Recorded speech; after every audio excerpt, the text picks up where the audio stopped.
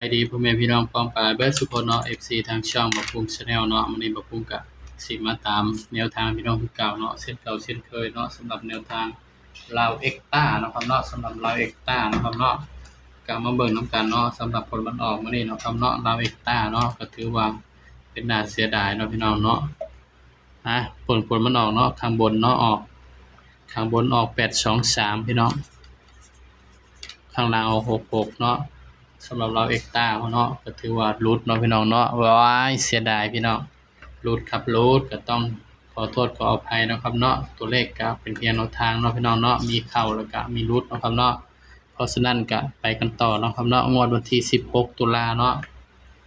ตรงกับหวยรัฐบาลเนาะพี่น้องเนาะเดี๋ยวรัฐบาลบ่าวสิมาสรุปให้แบบเอาจัก4คู่เนาะพี่น้องเนาะรัฐบาลสิมาลองสรุปให้เบิ่งเด้อพี่น้องเด้อรอรับชมได้เนาะครับเนาะโอ้ยตามลาวเอ็กต้าก่อนเนาะพี่น้องจะไปตามกันต่อเนาะงวดวันที่16เนาะพี่น้องเนาะสำหรับลาวเอ็กต้าเนาะเพราะบ่าวสิลงให้ตลอดก็ต้องลงเนาะพี่น้อง16ตุลา68สำหรับหวยลาวเอ็กต้านะครับเนาะ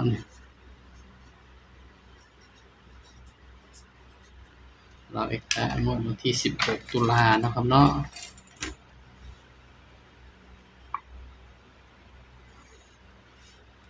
16ตุลา68มาเบิ่งนำกันเนาะพี่น้องว่าผู้ใช้เด่นตัวใดเนาะสำหรับงวดนี้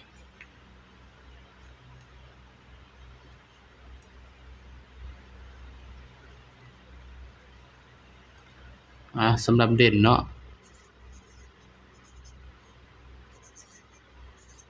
5กับ6เด้อพี่น้องเด้อเด่น5กับ6เนาะครับเนาะสำหรับลาวเอ็กต้านี่บ่าวให้เด่น5กับ6เนาะพี่น้อง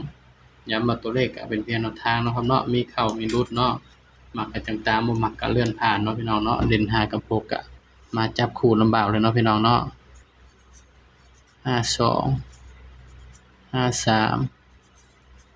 58 62 63 68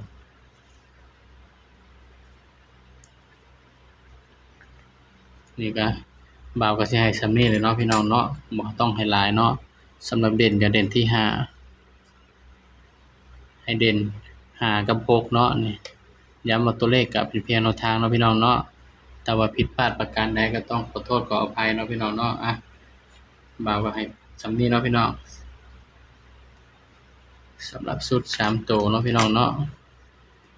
เอาตัวนี้แหละอย่ามันมานำกันเนาะสำหรับตัวเด่นนี่156ยันเด่นมันมาคู่กันเนาะครับเนาะนี่สำหรับคลิปนี้เนาะบักบุ้งก็ฝากพี่น้องเพียงส่ำนี้เนาะอย่าลืมกดไลค์กดแชร์กดติดตามบักบุ้ง Channel ด้วยเด้อพี่น้องเด้อสำหรับคลิปนี้ก็สวัสดีครับ